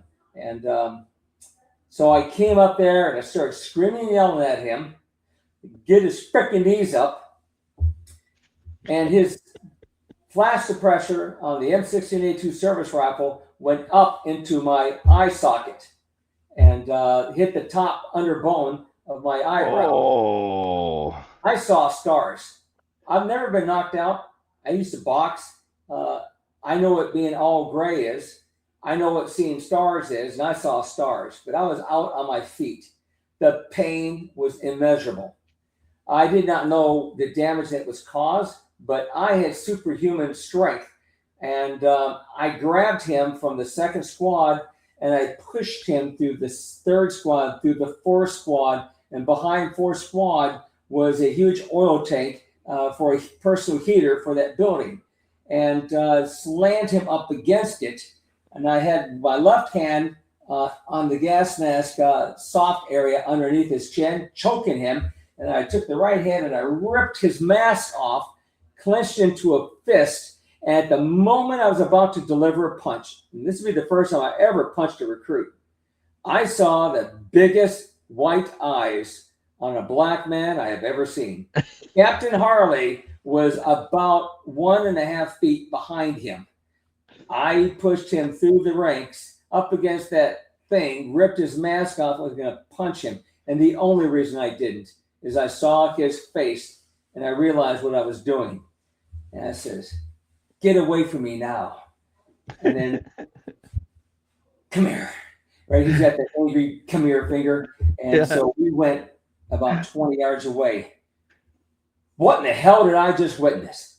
I said, an instantaneous response to incredible pain that I still feel in my eye socket. I said, I don't know if he was cracked my orbital socket, but only because I had the visual evidence of a cut, moderate amount of blood, and already starting to swell and whatnot. I mean, just looking bad. Is the only reason I didn't go up under a court-martial or NJP or written counseling. Wow. I said, as far as I was concerned, he did it intentionally because I repeatedly told him to raise his knees while running the whole platoon in place. And he was not moving his legs because he felt he was too tired. And to me, it seemed very intentional. because nobody else hit me in the eye socket with their freaking rifle. And so I would always wanted to come across him. If I do, I'll say, hey, it's been 45 years. I got to know. Was that intentional? I'm not going to get angry at you. The pain I no longer feel. I just got to know. And he'll probably lie and say, no, it wasn't. And I mean, if it was intentional, that's pretty ballsy, you know? Yeah. Yeah. Wow. So Captain Harley, I guess he respected and liked me, but then he didn't. I mean, he had many a chance to court-martial, NJP, written counseling. Mm-hmm. His office is always on the front of the building. My squad base were always on the back of the building, except one time ever. And so he would somehow become aware of my use of the expression boy. Now, it wasn't very profane at the drill field because Paris Allen enforced it very rigid, profanity. You can't use it in the presence of a recruit or directed at a recruit at any given time. So you can't use calls, nicknames and call signs. I couldn't call Stone hillbilly. I could ask him if he's a hillbilly. I can't call him a hillbilly. Yeah. Things like that. I can call them by their rank, their title, their billet, their last name. So yeah. I would frequently say boy. And I was 27 years. I was coming up on 27 years old now. Come here, boy! And it wasn't directed at blacks. It was directed at recruits, period. Yeah. And sometimes blacks would get offended by it. But I used it equally with everybody. And he would pass the word, let Sergeant Crouch know I'm tired of hearing him say boy, right? And other terms of endearment that I had that I thought were okay. And, so if we fast forward, I did 3 platoons, and then I went to recruit receiving, which we'll talk about. And then I went back to the company as a drill instructor. And now I'm on my last 5 months. And so Lieutenant Colonel Pesavanto did not like me, did not trust me, felt that I was dirty, and I was investigated in every platoon directly because of allegations against me or allegations against another drill instructor. But anytime there's an allegation, an investigation ensues, and everybody's vulnerable to whatever falls out. In law, in the legal world, they call it fruits of the tree, right? Mm-hmm. We went in there to look for a handgun, but we found a bunch of marijuana. And even though we weren't looking for that, you're not going to be punished for the marijuana. Well, Lieutenant Colonel Pesavanto thought I was a horrible drill instructor, thought that I should have been relieved many times, should have been court-martialed, NGP, never happened. And now it's time for meritorious promotion. Now, if you remember, I didn't go to the drill field as a career Marine. I went there to simply sign off the bucket list. I did it successfully for 2 years. And so I was told by, at that time, as a first lieutenant, not a captain yet, although I have referenced him as Captain Harley. It's just because of later on when I talk about the Captain Harley stories. But he was a first lieutenant, series commander. And at that time, he had been promoted to, that's right, he had been promoted to a captain and was the company commander at this point. So I had a message, report to Captain Harley. So I reported into him. He says, sit down, Sergeant Crouch. I sat down. He said, I brought you in here because I want to let you know that of the 8 Marines from 1st Battalion that we are going to recommend for meritorious promotion to staff sergeant, at that moment, I stopped listening because all I heard was meritorious staff sergeant. You are going to be one of those 8, but you're not going to make it out of battalion. I thought, what kind of horse shit is this? I'm thinking to myself. Yeah. You've already picked who's making it out of battalion, and so you're not going to make it out of battalion. I said, so why would not my record be considered against the other Marines? He says, it is. That's why I'm recommending you for meritorious promotion. Now, if you can keep your nose clean for the next 3 months, we will put the concerted effort on you for meritorious promotion out of the battalion because you have to compete at battalion level. Yeah. So we had 8 people from each battalion, and then we compete at the regiment level, which is Regimental Recruit Training Regiment, RTR. And so from there, all of those Marines, which you think about it, 3 times 8 is 24. Female battalion probably got to put up 6, 30 H&S battalion for all the DI instructors. So about 32 drill instructors probably going up for meritorious promotion. Yeah. And book board, which means they only look at your service record book and your drill instructor training jacket. Those are the only things that they consider for this promotion. And so I didn't get it, obviously, on the first opportunity. The second opportunity, on my last 3 months, he recommended me again. And he told me, he says, I'm recommending you to be our #1 pick from the battalion. And I'm pretty confident I can convince everybody else to vote for you out of the battalion on the board. Okay. Great. And then he tells me, however, that was my intent. I'm still submitting your name, but because I think you deserve it. I think you're a good drill instructor. He said, but Colonel Pesavento told me that he is going to ensure that I am ranked 8 out of 8, which is the worst rank you could be. You're the bottom of the barrel coming out of the battalion. And but I'm so proud to be on that opportunity. And I really felt once I got to regiment and then depot headquarters for the final selection, that I would place in that very top bracket when you look at what I had done in my career. Yeah. I mean, general's driver for a year and a half, super high marksmanship. I mean, I was always scoring a couple of points of a perfect score in the range. Right. Super high PFTs. Water survival swim code 2 when it could have been 1, which is even higher, but I intentionally made sure that I failed because I didn't want to be a swim instructor. And we talked about that, didn't we? Yeah, we did. And so I get in, so I get up there and I make it out of regiment. So I'm like #3 out of regiment of the like 7 or 10 that they sent to depot headquarters. And they're only going to pick, I think, 8 total of the finalists, right? So get the headquarters and on the base, and I made it out of that group too. Now I wasn't able to put it all together at the same time. Some things I didn't find out till later. So what they do is whoever gets picked at headquarters, then those SRBs are FedExed or UPS or USPS sent up to headquarters Marine Corps to be reviewed and compared to what's in your official military professional file. And to make sure that there is 6105 counseling that you received that headquarters Marine Corps has a copy of, but that's not in your SRB, which indicates that somebody ripped it out of your SRB.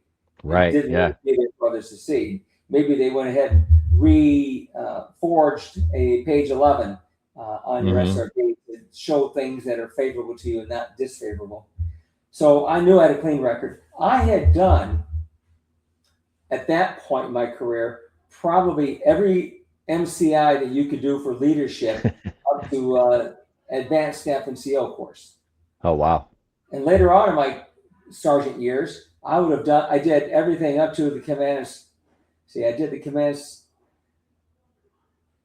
Is there one higher than command staff college that the officers go to as field grade officers?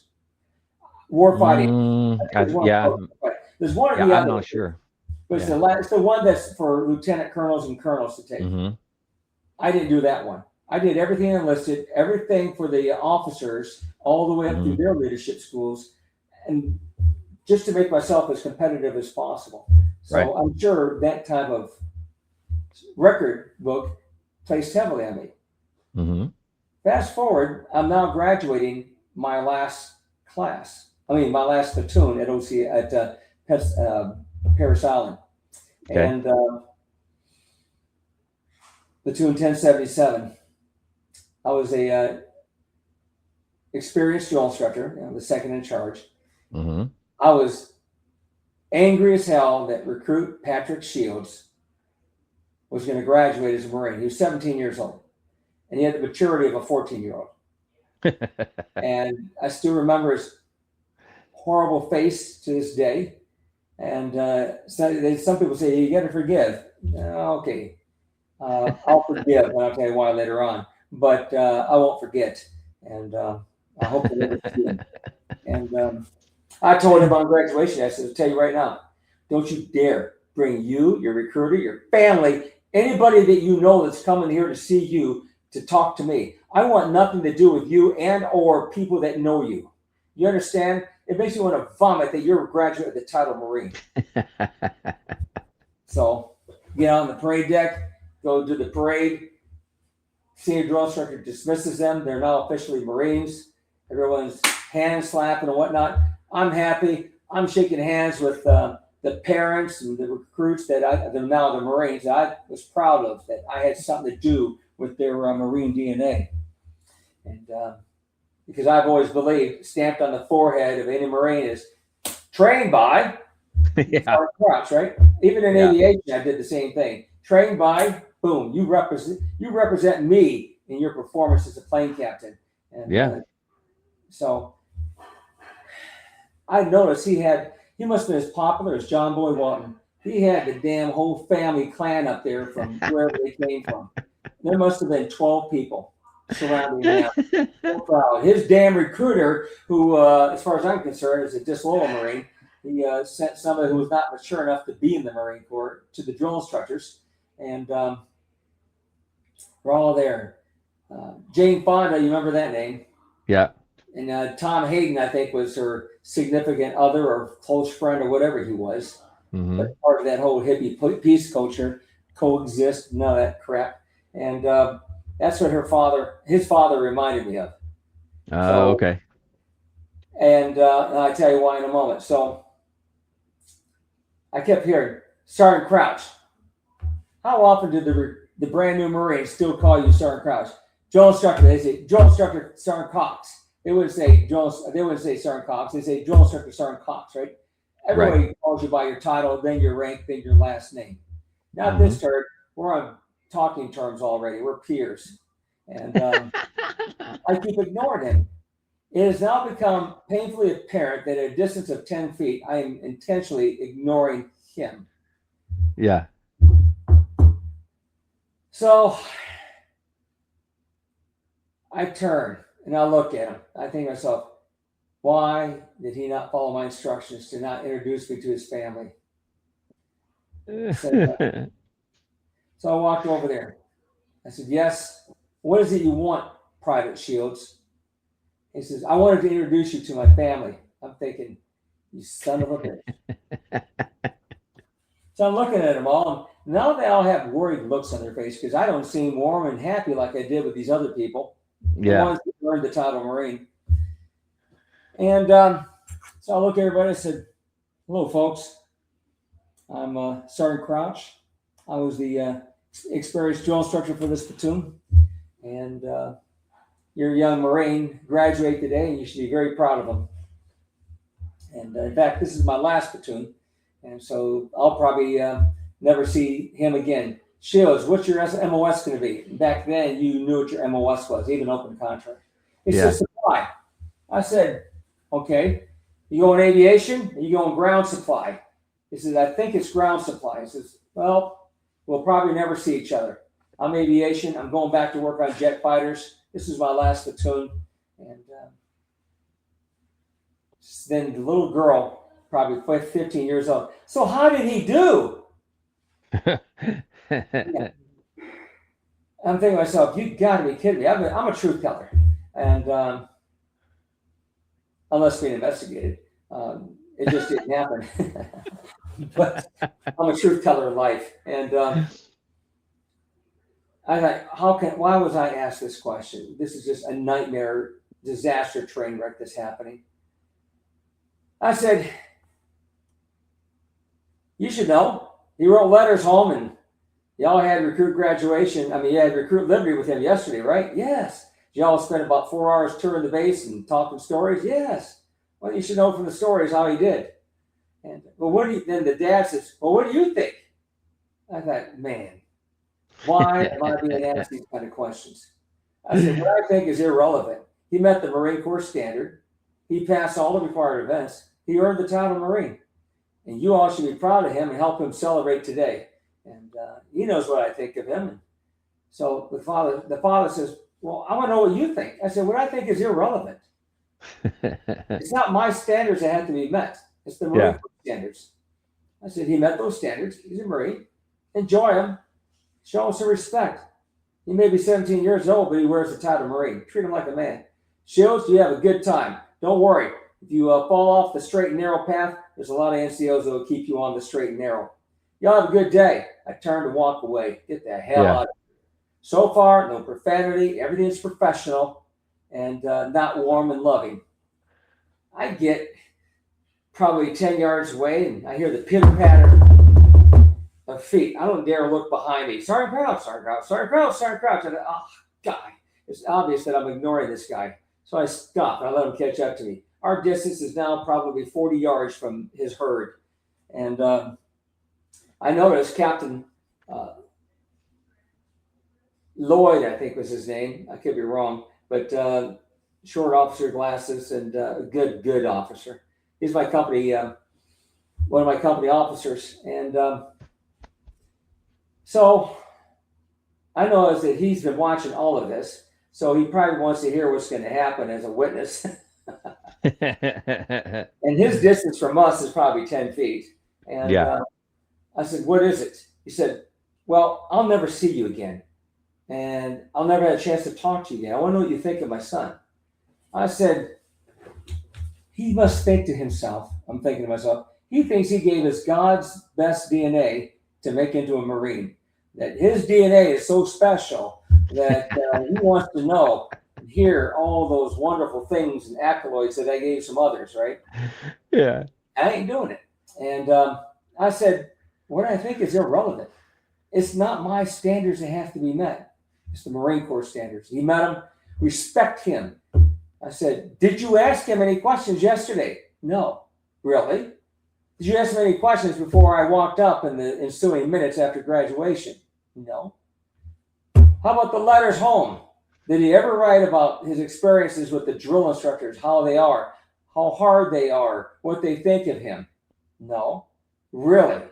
17 years old, the most life-changing thing he could ever go through and experience for 13 weeks. And he doesn't talk about his experience in boot camp. What was he writing about?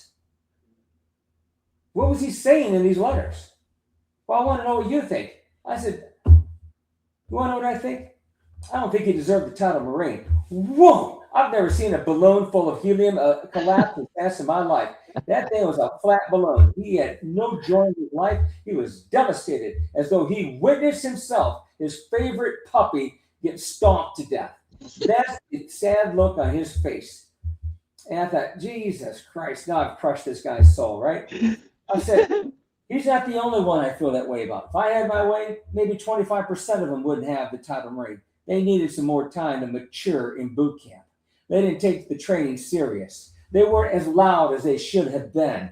When they open their mouth, blood and lung tissue should be coming out and landing on that ground in front of them or on the neck of that recruit in front of them. Not any of this. I don't want to strain my voice. I said there's a lot of issues I had because of his immaturity. He was not ready to be in a man's organization. But he made it. He met the Marine Corps standard. For that, you should be proud, and he should be proud. And you should be showing respect to him by asking him direct questions. I can only assume that if he didn't share this with you in letters, that you and him do not have the close relationship that you think you have, and that you can't believe or trust that he would tell you the truth. Now, you wanted to know what I thought, and I did everything I could not to tell you what I thought, and you were still insistent that I share with you my opinion. I said, for that, I have given it to you. I should have just walked away and ignored you, but to me, that would be disrespectful. Because in the Marine Corps, when you ask a Marine a question, you expect to hear the truth and a full truth. I probably said more than I should. Don't be too worried. There's a lot of NCOs out there, non-commissioned officers, the corporals and sergeants, that will keep him on the straight and narrow should he not be on that path. They're not going to let him fail. I said, you have a good day, sir. I got a family waiting for me. They were not there. They didn't come to my graduation, my last one. I have a family waiting for me to get in that vehicle and drive, check out, and go to the air station to become an airplane mechanic again. Good day, sir. And I leave. I don't remember if me and the officer shared any comments whatsoever, but I thought that was the end of it. Yeah. Waiting. Now what my job is to be, I'm going to be a linen NCO. Hand out linen, ship paper for a couple of weeks before I leave the island, hopefully with a promotion, and go back to the air station as staff sergeant. That's important to me. One, my MOS has been closed for a couple of years. So you can have the Medal of Honor and a Purple Heart. You're not getting meritoriously promoted. There are no allegations. So the only way you can is a meritorious promotion. Right. And you don't give out meritorious promotions back in the fleet. Very rare does that ever happen. And so one day I get a phone call. And I'm told to report to this officer. I've never met the officer. It's a different company. They sent me down to Alpha Company. I checked in, walked up to Alpha Company to this series commander. He says, my name is First Lieutenant, whatever. And he says, I'm going to read to you your Article 31 rights. I go, oh, here we go again. So he read to me my Article 31 rights. For those who don't know what Article 31 rights is, you're not in the military. It's like the Miranda rights, basically. And so he reads me my rights, tells me what the charges are, and that I had created a congressional investigation. And now they want my opinion, my side of the story, because they received lots of letters that were written by the recruiter, the father, an aunt or a grandma or somebody, and they had wrote letters to their congressman complaining about how I ruined Private Patrick Shields' graduation, a day that can never be replicated. You only get one chance to experience it, and I ruined it with my unsolicited attack on their son because he felt he was too immature to become a United States Marine. That is not what was discussed, right? So I thought, well, son of a bitch. So he tells me all of this. And so now, as you know, I told him how it went down. And then I get another visit there to that same officer. And I'm told that he pushed paper to me and a pen. He says, you need to write a statement of apology to Private Patrick Shields and to his family and his Marine Corps recruiter for ruining their special day. And then you're going to hand it to me, and I'm going to mail it. So I said, well, I like to use a dictionary when I write to make sure my thoughts are well said. I'm going to go back to my office. I'm going to write the letter. So I went back to the office. I wrote the letter, but not to the way they wanted it. Yeah. And I put it in a sealed envelope with a stamp on it. He already put a stamp on the envelope. Already had the address, right, for it to go to. I brought it back sealed. I says, I've written the letter. He reached out to Hannah and says, I'm not giving it to you, sir. I'm a Marine. My integrity is unquestionable. You asked me what happened. I gave you an exact story of what happened. I've done what was asked of me by the Marine Corps. I am going to mail this. And I walked out of the office and I went down and I did not mail the letter. Shredded that motherfucker. And they never got no damn letter of apology from me. So fast forward, I'm getting nervous now because I've only got like 2 weeks left. The list came out, although we didn't get to see the list. We heard the list was published of who got selected, but it had not been published yet. And so what they typically would do is the command would see the list. They go, oh, okay, these Marines are getting meritoriously promoted. Let the Marine know in advance, right? Yeah. Everybody got told but me. Even a Marine I couldn't believe got selected. I thought, you got to be shit me. They selected him. And 2 days go by and I still don't know. And you're thinking, this ain't good. Now, what I know that I'm not supposed to know, was a couple weeks earlier, before the congressional investigation. Mm-hmm. No, after the congressional investigation started. So after I got my rights read to me, now I'm aware that I'm being investigated. I ended up having a conversation with a Marine S1 sergeant at headquarters of the base headquarters of Mm-hmm. the S1. And he said, I said, hey, man, did my book make the list? He says, no. I said, what? That's right. When I reached out to him, it was after like the second day, and everybody knows but me, right? Yeah.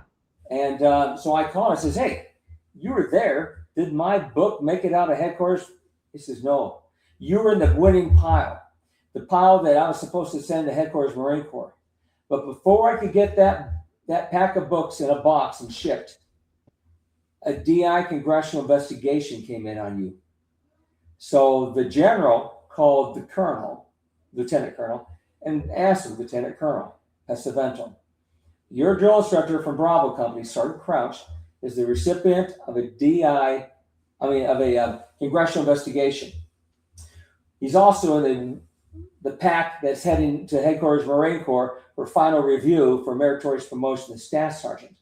What do you want me to do? He told them, send it back to me. So my winning selection was pulled out, and they took that other drill instructor that I thought, really, they promoted his ass and gave him my promotion. And that's the one that went to headquarters Marine Corps with no dirt skeletons, came back, he gets promoted. Now I have to go see the colonel, all right? Everyone's been told me it's like day number 3 or 4. And so I get told to be at the battalion headquarters to speak with the battalion commander at, let's say, 13:30. So I'm there probably 13:10, standing, waiting. You remember the movie with Clint Eastwood, where he was Gunner Sergeant Highway Medal of Honor recipient? Yeah. And he had a young lieutenant, Ring was his name, R-I-N-G, with glasses and dark hair. Well, if you remember, they were taking turns going in and getting assaulted by the major at that time, Major Powers. Yeah. And so Lieutenant Ring comes out. You know, you could hear all the yelling going on, and he says, I tried, Gunny. He says, I appreciate you, sir. He gave a thumbs up. He says, recon, hoorah. And so Gunny Highway goes in, and he gets his ass reamed. And same scenario. Lieutenant Lloyd, I think was his name, who witnessed everything on the parade deck. He went in. I could hear all kinds of yelling going on. He comes back out. This is an old World War II wood barracks, is the battalion headquarters. Yeah. So there was not much sound insulation in that building. So, and the colonel was not light with his volume. And he comes out and, said, sorry, or something like that. All of a sudden I hear Sergeant Crouch. So I march in, perfect bearing, halt, salute. I've got my cover, duty belt on, salute, give a report. Sergeant Crouch reporting, Lieutenant Colonel Pesavento as ordered, sir. Back to position, attention, 1,000-mile stare. Do not move your freaking eyeballs in your eye socket. And look through the sheetrock behind him. And so he starts talking about the allegations and on and on and on. He says, why did you tell that father what you told him? And I told him, I already knew that I wasn't getting promoted, right? So there's nothing to win here. And I said, sir, my father was a Marine, 1956 to 1958 on active duty. He told me, my brother, as we were growing up as teenagers, he said, son, integrity is God-given. You're born with it, with every person that you meet. They believe everything that you're going to say until they're told otherwise by your actions, by your words, or what they learn about you. He asked me what I thought, and I did my best to be political, which is not easy for an enlisted Marine to ever be political. Because if there's ever a group of people who should not be political, it's the enlisted ranks. There is no room for being political in the enlisted ranks. He says, that's bullshit, because there's always a time to be political, regardless what your rank is. I'm political. I said, sir, you're an officer, a commissioned officer. So therefore, you're a careerist, and therefore you're making decisions sometimes that affect your career. and that can impede your judgment on what you say. He doesn't like the fact that young sergeant is talking this kind of language to him. And so at this point, he's already pushed back. His face is turning purple and red, a combination of the two.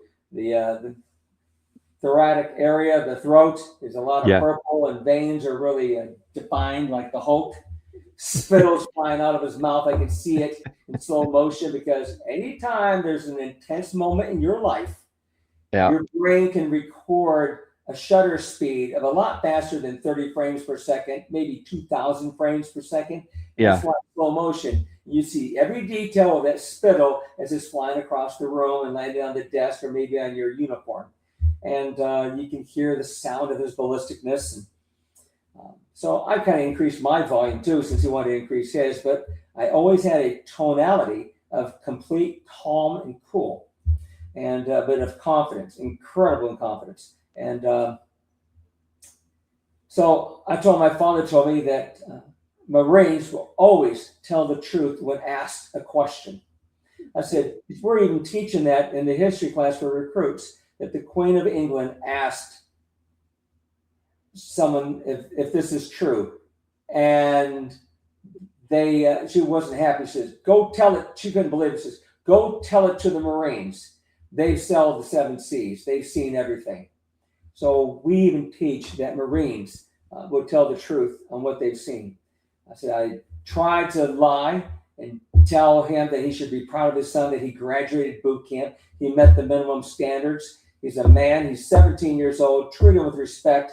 He's got the title of private, United States Marine Corps. Treat him like a man and ask him. He knows what I think. And I said he didn't want to hear that. He wanted my personal opinion. And I continued away from the family where they could not hear our conversation. Lieutenant Lloyd did, and I know you spoke with Lieutenant Lloyd, and you may not like what he told you, but it was the truth. I was chased. I was pursued. He was making a scene, trying to get my personal attention and ask me what I thought. He says, sometimes you gotta, he says, God damn it, sometimes you gotta lie. And I says, not when you're enlisted, sir. And he said, chewed me out and told me to get the fuck out of his office, right? I, sir, back steps, about face, leave, give the greeting of the day. Good afternoon, sir. I get 2 steps. Sergeant Crouch, get back in here. So I turn around, I take 1 step over his threshold, stop. He says, by the way, the results of the board came in. You did not get selected. And he smiled intentionally. The biggest happy smile of revenge that he could give. Oh my God. But he didn't know that I already knew. I already accepted it. I'm not giving you the heartbreak emotions. I said, thank you very much, sir. I had the opportunity to be considered. And went back to aviation, and then held a grudge for my entire life on recruit Patrick Shields. Because think about it. If you're in a MOS with no promotions, year after year after year, 5 years, right? So at the 4-year mark of no promotion, I seen the writing on the wall. I was rebuilding jet engines, which there's a very few people who actually rebuild the jet engines. I used to work at the squadron where there's a lot of squadrons, a lot of Marines, but there's only a couple of locations where they rebuild the engines, disassemble, inspect, and reassemble. So I looked at what the prospects were for promotion for me.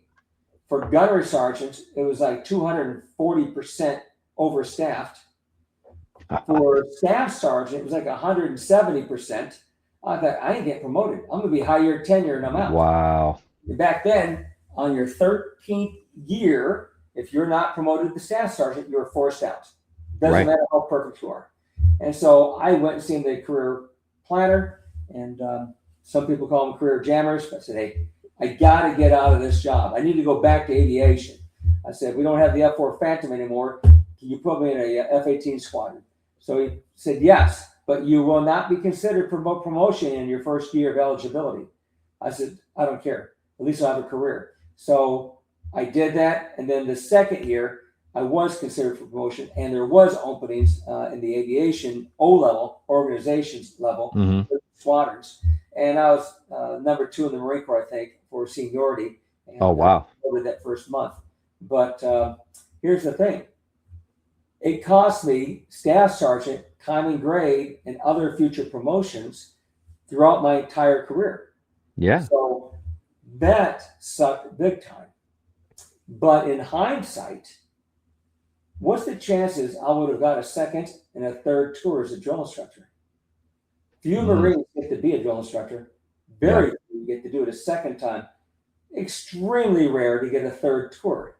Yeah. You get a third tour star on a drill instructor ribbon. Typically, they're a command element, like they're the chief drill instructor, the company first sergeant, sergeant major. They're not training recruits or officer candidates. And you just went blank on me. I can't hear you. Sorry, my daughter's trying to tell me something. Oh, okay. I thought you were talking to me. So anyways, I'm going to tell the world. Yeah, go ahead. Go ahead. Oh, he's back. I started talking to the audience. So I'm going to tell everybody what a great Marine I am, but then you can't. You didn't want lies to get put out there. So I would not have had the awesome career that I had. I had put in for chief warrant officer 6 times in my career, never got selected. And, wow. I found out from headquarters Marine Corps years later during the first sergeant symposium. They said anyone who put in for warrant officer didn't get selected. Don't always think it's because they were better candidates than you. We didn't want to drain the enlisted ranks of the gene pool to be considered for first sergeant, sergeant major, master sergeant, master gunnery sergeant. Number two, those of you that got assigned to a Marine detachment, it was intentional, because if you're at, for instance, Quantico, we got 35 first sergeants. Yeah. Well, if you're screwing up bad at one company, we'll put you in a different company, different command element. I can bounce you around a few times to see if you can figure out how to be a first sergeant effectively. But if I put you in a Marine detachment, that's a PCS move. I got to find somebody else to come out there, because you're not part of a Marine command base. You're at an Army base, an Air Force base, Coast Guard. You're somewhere else but a Marine base if you're in a Marine detachment. And so it was very intentional that we believe that of all the Marines for first sergeant, you have a high propensity of being successful at that assignment. So I ended up in a Marine detachment with 1,400 Marine students. And you think about it, first sergeant usually has less than 300 Marines in his command element. But your first command, I started off with, I had typically 300 Marine students and 35 instructors for the Engineer Equipment Instruction Company. And then 9 months later, they moved me over to the Motor Transport Company, where I had 1,400 students, 135 instructors, and I'm the only first sergeant. So that's a hell of a lot of it's a lot of paperwork, administrative paperwork and stress. Yeah, and that's where I talked earlier about doing investigations. I did about 1,000 investigations. Especially at a schoolhouse. Yeah. 4 months in the Marine Corps, 3 months at boot camp, a month at MCT. Now they have money and no adult supervision. Yeah, that was something. But we are coming up on 7 minutes. What's the last one we can then tell you? Okay. We didn't get to the area where I was so let's talk about this hazing a platoon, if you want to call it that. So hazing has no military purpose. That's typically what they say. If you have the recruits do something that does not have a military purpose, it's considered hazing. More times than not. Right. There's a third generation family cobbler business on base. The old man who started it was Al the cobbler. No, it was Sam. Sam was the old man who had passed away by the time I got there, back in the 1940s, I think it was. And then his son, and in later generations, and his grandson. So Al the cobbler was the second generation of the cobbler. So all those boots and all those shoes need new heels. They need to be restained and stuff like that. Imagine the money they were raking in, being the only business. Oh, yeah. Yes. So I don't believe in screwing recruits over.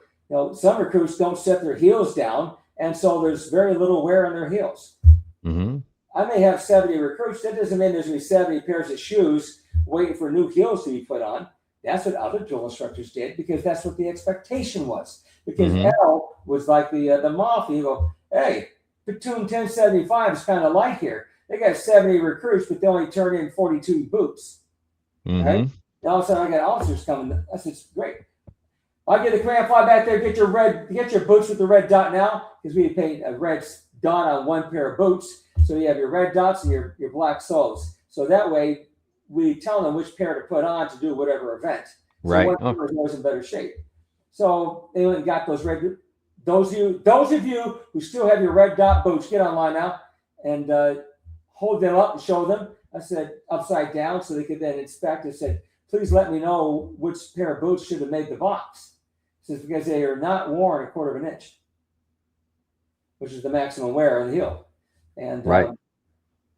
I said, otherwise, we're fleecing them for money to make the cobbler rich. And that ain't why we're here. We're NCOs. We should be teaching them how to take care of your Marines. And that means you put your foot down, you defend them. You don't allow them to be taken advantage of.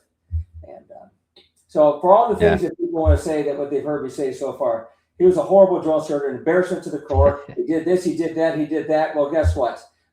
If you were a drill instructor, I really doubt that you're one of those golden childs that never violated the SOP, because any given day, just about anybody violates the SOP.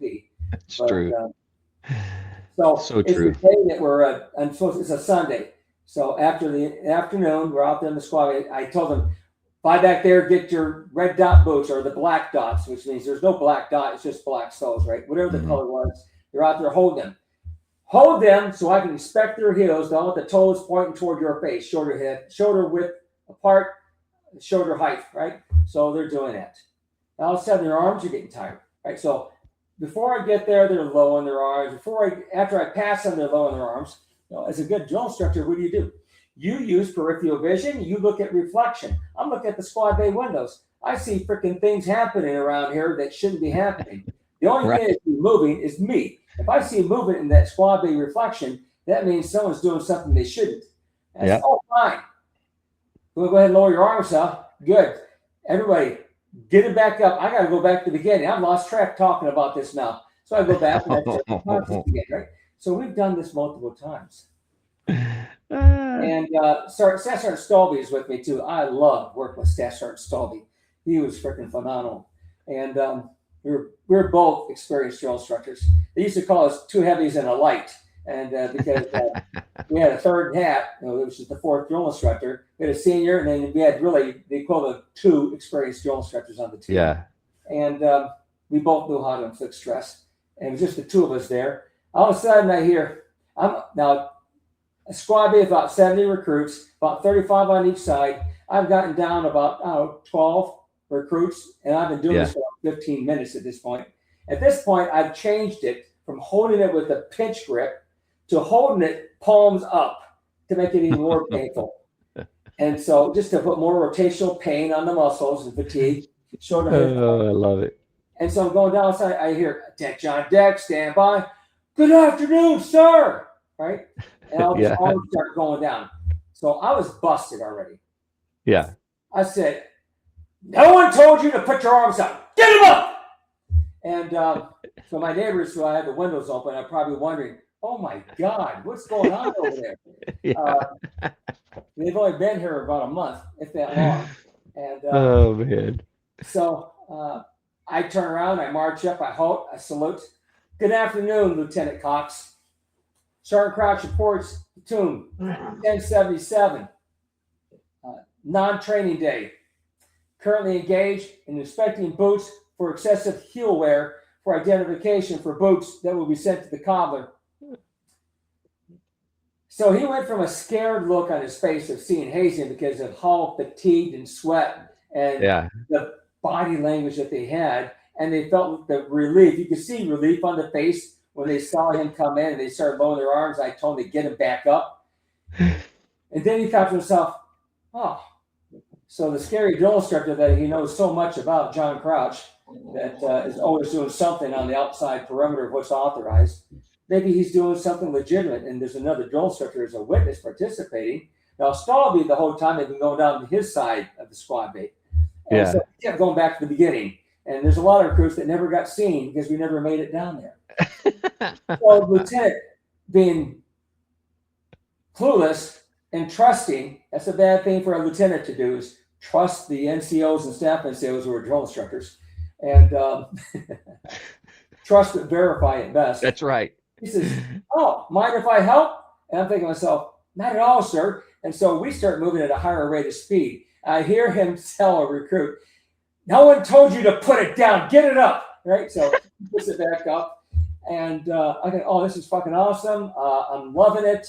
And I'm teaching him bad habits, and I'm teaching him wrong. I'm not a good role model mentor for that lieutenant, but it serves my purpose right now.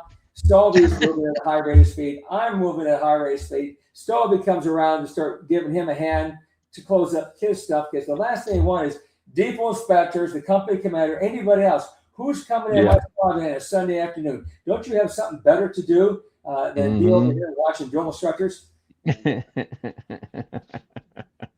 So, oh, that's good stuff. I love it. Yeah, well, we'll leave it there, and all right, next time. All right. Sounds good, John. Thanks. I truly appreciate it, man. To all the listeners out there, if you're struggling, you need help, anything like that, don't forget the VA does have some good resources. You can always dial 988, press option 1. You can always text 838-255 or go to veteranscrisisline.net and click on that chat icon. Any of those options will put you in contact with somebody that can help you out. But remember, one veteran life lost is one too many. I care about you. John cares about you. The whole veteran community cares about you. So please reach out for help. And if you're out there, you're not struggling, to reach out to the buddies you served with. Ask them how they're doing. If they need that helping hand, please give it to them. All right, John, one last time, thank you very much. To everybody out there, stay motivated, change your socks.